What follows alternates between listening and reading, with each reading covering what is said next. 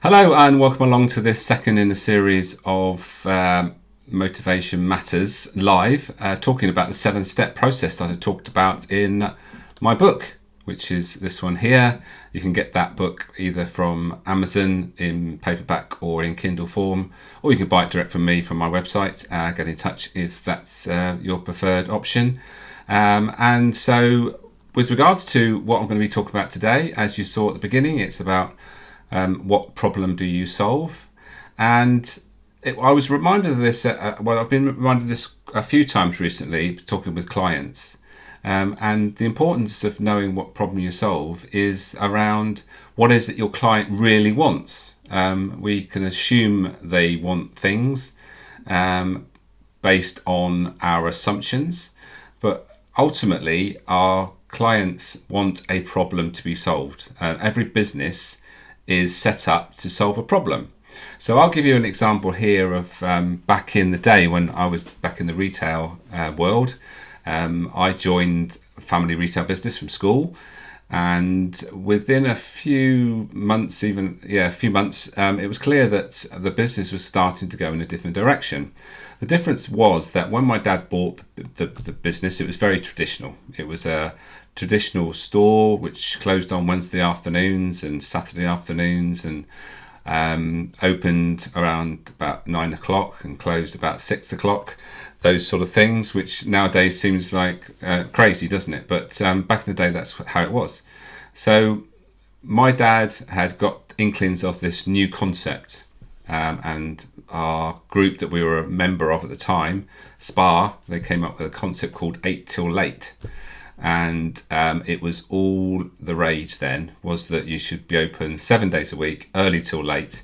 Nowadays you think, well, of course that's right, but back in the day it wasn't the norm. And so I can remember a trip down to the south coast to look at a store or a group of stores that were embracing the concept of early till late. And after that visit, we all agreed, it was mainly my dad's idea, that's how the business worked, but I think we were all on board with regards to we need to open longer hours so that, in effect, we will be open when the big supermarkets were shut.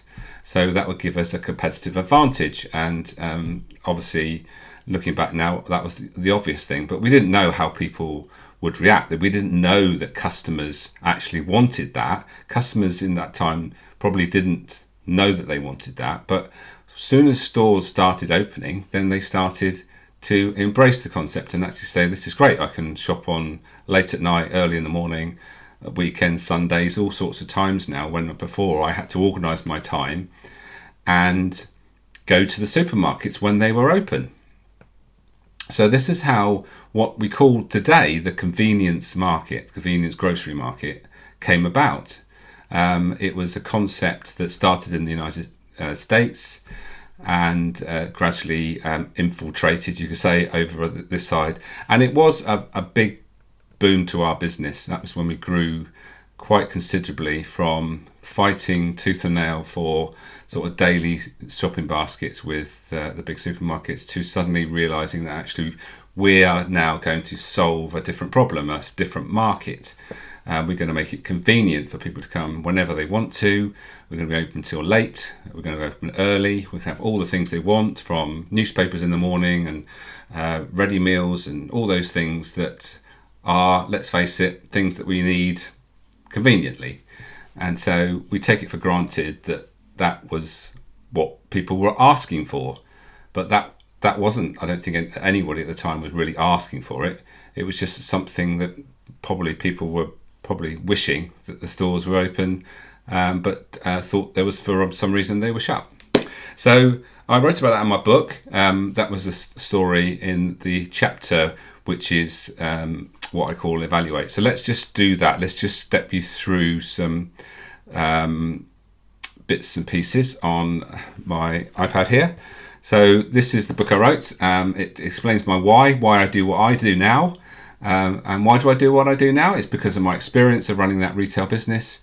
I now don't want my clients to make the same mistakes as I did. I want them to be motivated about their business, when you are motivated, you have energy, you perform better, you feel better about yourself. It's good for well-being and all those sort of things. And the opposite obviously is true. If you're not motivated, then you are struggling, your energy levels are low, and ultimately that has many problems associated with it. So this is the 7-step process that I just mentioned, but it's not the whole story. What I also talk about in my book is you've got to enjoy the journey. That's step 1, understanding that it is a journey, running a business. It won't go smoothly. It won't go exactly as you plan. There will be forks in the road and all those things that come along. So you've got to be prepared for those things and make it part of the journey and embrace it, and make it not the problem it might be if you didn't have that sort of mindset around it being a journey. And then equally as important, or maybe even more important, is looking after yourself. I talk more and more about this with my clients, looking after themselves physically, mentally, emotionally, and spiritually. And when you're in a good place, you're going to perform better and you're going to feel better again. So looking after yourself is key. So this is, as I said, the second in the series of talking you through the 7 steps. You can catch the one I did on the mirror. I'll put the link in the comments so you can catch that wherever you're watching this, whether it's LinkedIn, YouTube or Facebook. And today I'm going to go into the evaluate stage of the process, where in the book I talk about the importance of this is it's understanding where you are and where you want to be, and what is the problem you're solving, part of what you want to do, but also bearing in mind it's about you, the business owner, making sure that you evaluated it clearly, so you're doing things that are important to you and you're not just doing things that basically you can do with the skills you have. You are also motivated by what you are doing. So we'll come back to the presentation. I'm going to come back to some things you might want to think about with regards to how you can evaluate your business and where it is now and where you want to go. A couple of tools that I use with regards to a plan, and also individually understanding what you are motivated by and building that into the process. So what are the benefits of knowing the problem you solve? Well, the benefits are many, particularly that it gives you clarity in many ways. Firstly, it allows you to really be clear on your marketing. So you know who you are marketing to, or in particular, what problem that person or business that you want to serve has. And the more you know about that problem, the more you can elaborate on it in your marketing, and so people get to know that you're the expert in solving that problem. And so some people get a bit stuck on this. And with regards to maybe if we talk about my existing business, my coaching business. I do leadership work and I do things around training. I do one-to-one coaching. So there's lots of things. So this is the how I do things, but most importantly, it's back to the why. Why do I do what I do? Well, I believe that motivation is key and making sure that we're doing that. But the way I do it is important to me as well, because I don't want to just follow somebody else's plan. I want to build into my plan the things that I've learnt, and also the things that I've learnt subsequently from selling my retail business. I have been on lots of courses, some self-development things, and all those sort of things, all add up to a way that I do things that I think covers most bases. I'm not suggesting that everything is I can solve every sort of problem, but in regards to a business owner's challenges, then I've got a pretty good idea about the things that get in the way, the things that stop the progress with regards to maybe a mindset or people issues or leadership, all those things that we're not naturally given as skills. We might open a business, start a business based on our skills, and I see that time and time again. I've started this business because I used to do this. So let's take it. So for example, let's think about maybe a plumber. So a plumber has been working for a large plumbing organisation for some time, and realises that their time is being booked out twice as much as what they're being paid, which gets you thinking, doesn't it? It gets you thinking about, well, hang on a minute. If they're charging me out at say £30 an hour and I'm only getting 15, then there's a big gap there. What happens to that £15? You know, how are they? Where's that? Maybe I could do that myself. But the difference between just being a plumber and actually running a business that's a plumbing business is huge. There's lots of things that you need to learn to be able to do. You need to be able to know how the ins and outs of a business run. You need to know how to market yourself. You need to sell your services. All those things come into the mix. It's only when you start to think about these things you suddenly realise why you're not being paid anywhere near how much you're being charged out at. So that's one of the mistakes that happen so often. Another problem that comes up a lot is that we assume people know what the problem is. And I have this conversation in particular with HR providers in that respect to they have to have a certain mindset one way or the other. So I call them either reactive or proactive HR professionals. So the reactive ones are the ones that get maybe a contract with a business and they are just sent problems to solve. So they're given things to do with regards to compliance, all the things the business needs to do with regards to HR. And so they just do what they're told. They're told to do this, and then they deliver, and then they get paid. So that's what I call a sort of reactional sort of HR professional. And there's nothing wrong with that. If that's how your business, you want it to work, that's fine. But on the other side, the flip side is to have more of a proactive HR sort of mentality. And proactive is more about preventing problems rather than allowing them to happen and just keep putting things right when things go wrong.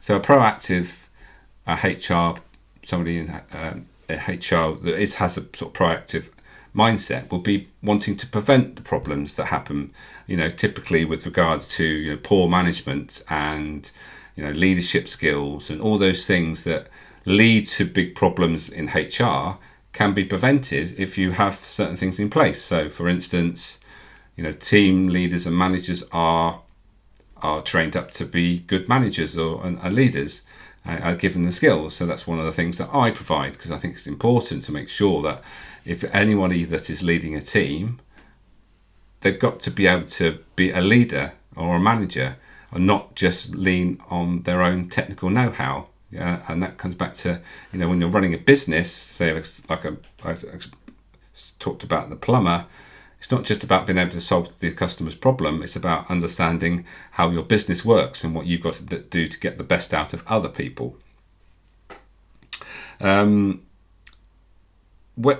could probably know if you're not really focused on the problem correctly, because you might be having trouble selling your services because you're not really talking about the problem that people really have. So going back to marketing, if you are solving a problem, then you should have quite an easy task to talk about it, because it's something that you are focused in on.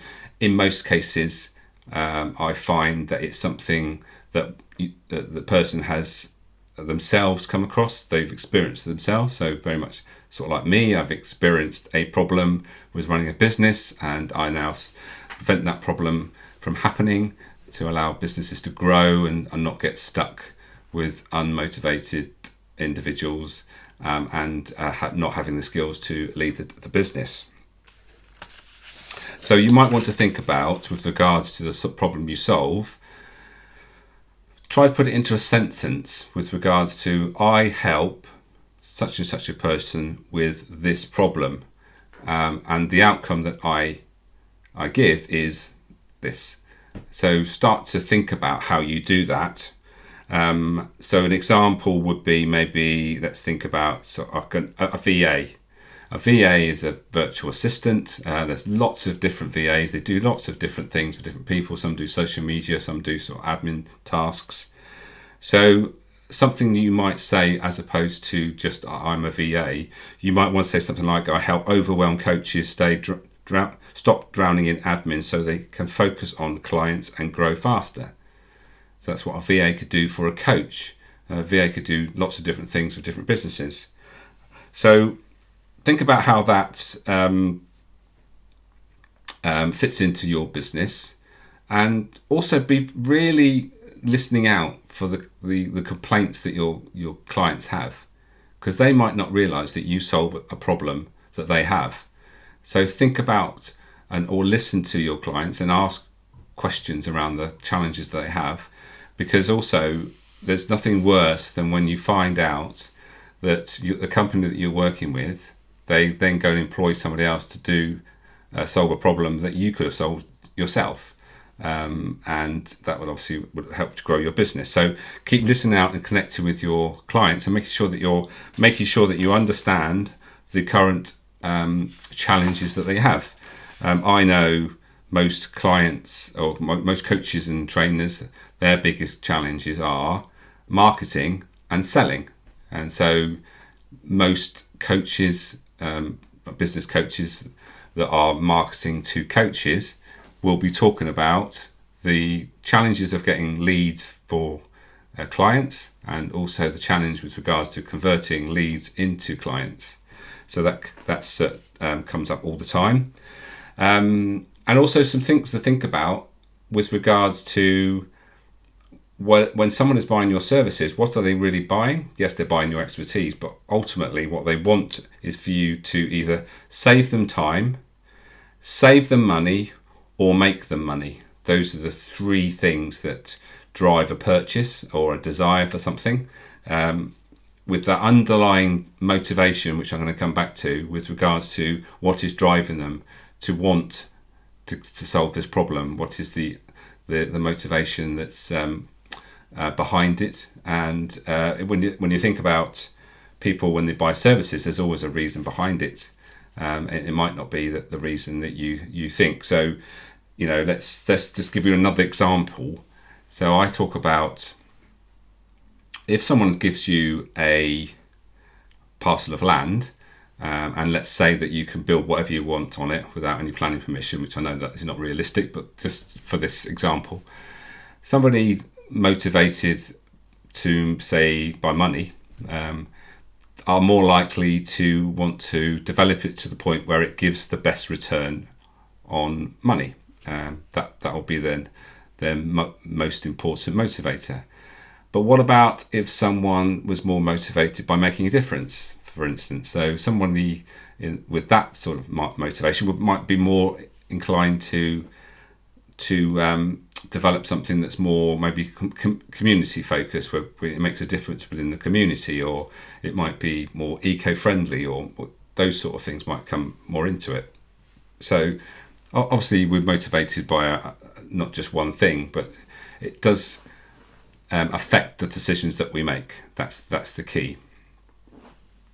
So I mentioned at the beginning that I was going to share with you a couple of things to think about, some models. And if you've watched my stuff in the past, these models will not be unfamiliar to you.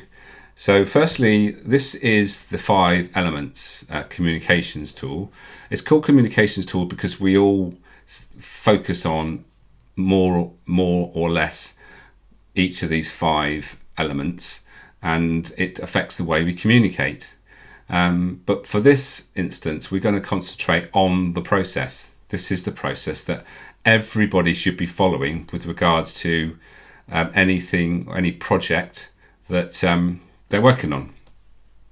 So where do we start? Well, you see at the top there's a big arrow pointing towards checking. That should be the first place where you start. Is you check where you are, and you analyse accurately and reflect on what's gone before. So this is literally say, where are we today? So from that point, you then think, what comes next? So you have to think about the vision for the future. So visioning is really important. It's important in many aspects. Just to get you your ideas with regards to vision, because people sometimes think, well, what is a vision? A vision is what a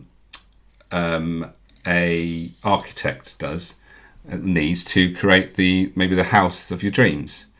And without the vision, there would just be a pile of bricks. And if you just said, well, build me a house to a builder, then without the clear vision, then they'll build a house which maybe they envisioned rather than you.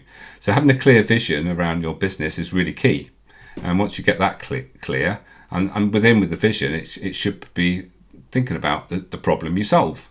Yeah. Once you've decided on that, the vision, where you're going, and what it will look like in the future, and that could be, it might be a short-term thing, it might be a quarter, so 3 months, or it might be a year, it might be 3 years, it might be 5 years, maybe 10 years.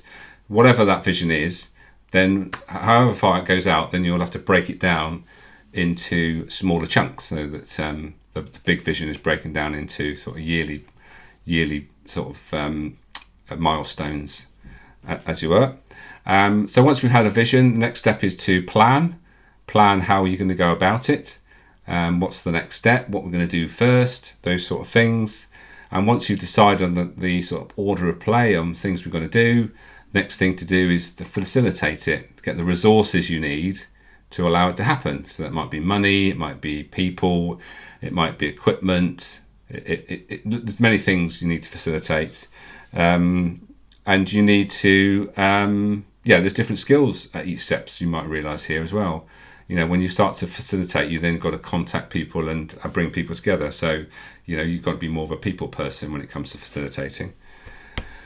And then doing, you've got to do the thing, get on with it and see what happens. And whatever the timescale you've set, you'll get round to the next step, which is back to where we started, which is the checking stage. So, and you keep going round and round and round in the circle. So beware that you're spending enough time at each point in the process. This is my advice. Make sure you are just not skipping from visioning straight to doing, because if you haven't got a clear enough plan and you haven't resourced it and facilitated it, then that could be a big problem. So that's one tool to think about how you can integrate that. And the other one is I'm going to talk about motivation and just step you through the 9 motivators. And maybe you then could think about your motivators and how they affect the problem you solve. So someone that has a high defender motivation, seeks security, predictability and stability, while they might be making sure that everything in their business is buttoned down and really clear and very sort of process driven, so that they know the step-by-step process that everybody runs. That's the sort of thing that defenders would do when they're running a business and how they go about solving it. A friend would all be about belonging and bringing people together, and relationships at work. So if you're running a business, you might have a philosophy of maybe running a membership. It's more about bringing people together. That might be a good model for someone driven by motivation, motivated by friend, and part of your why and the reason you do what you do and the problem you solve could be that you need to bring people together. The star is about recognition, and someone star driven wants to get noticed, and so part of their strategy might be around heavy marketing and getting their face in the press and those sort of things. The director is the motivation to be in control and of people and resources. So if you're setting up a business and you want to be in control, then you want to manage people. You want to have a finger on all the resources to making sure that they are being well spent as such. And so if you're thinking about how you run your business and connect that to the outcome, you'd want to probably manage the process from start to finish and be involved in that process. The builder is about money. So you might, one of the reasons you do what you do could be that you want to be wealthy. So you build in things to make sure that your services are highly sought after, and because of that you can charge more. And the problem you're solving needs to be something that is going to match that. It's going to be things that you can charge a large amount for, which sort of leads me on to the expert. The expert is about specialist knowledge. So if you link builder and expert together, someone who's driven by money and that's an expertise, they would probably, the way they go about solving a problem would be around high value and deep knowledge. So there we are. And then moving on to the last three here. The creator is about innovation. So if you're running a business and you're motivated by the creator, then it might be around creating new ideas, bringing ideas together, re-engineering things that you have with regards to the way you do things. And not surprising, I'm quite a high creator, so that's the reason why I've written a book and I have my own process. Another reason why I've got my own process is I'm a high spirit, so I like to do things in my way and not just follow somebody else's process. So if you're a high spirit, you need to create your own way of doing things. And then finally, the searcher, making a difference, doing something worthwhile and purposeful. So if that's part of how you go about solving the problem, as I alluded to with the example with the land, then you want to build into the fact that you make a difference and do things that are purposeful. And one of the ways you can do that, I wrote about it in the book, is you can connect to the good causes that the United Nations identify. I think there's 17 causes that you might want to link your business to with regards to helping to solve those problems. So there we are. That's a little bit of things to think about with regards to the problem you solve. Just to wrap up then, you can read all about my journey and what I do in my book. And as I said, you can get it from Amazon or direct from myself. This is the Motivated Business Club I set up to help business owners with regards to coaching them and mentoring them with regards to showing or using the 7 steps process and looking after themselves and enjoying the journey. And so it's and that the way that works is you can start just from $195 per month, includes one-to-one coaching, and call me anytime. So if that's of interest, then get in touch. So there we have it, the 7-step measure program, which I will be back shortly with the next step, which is the action stage of the process, which of the process of getting the measure of your business. But until that time, I'm going to just wrap things up now. I just remind you about my book, and if you do get a copy of my book, I would much appreciate a Amazon review. They all help, because the more reviews on Amazon, the more Amazon sort of pushes the book out. So it does make a big difference, a bit like getting likes and shares on social media. So there we are. I hope that you found that useful. Any comments you have, then please leave them. If you catch this on replay, please leave a comment. If there's anything I can help you with, don't hesitate to get in touch. But for now, I will bid you farewell, and I will catch you very soon.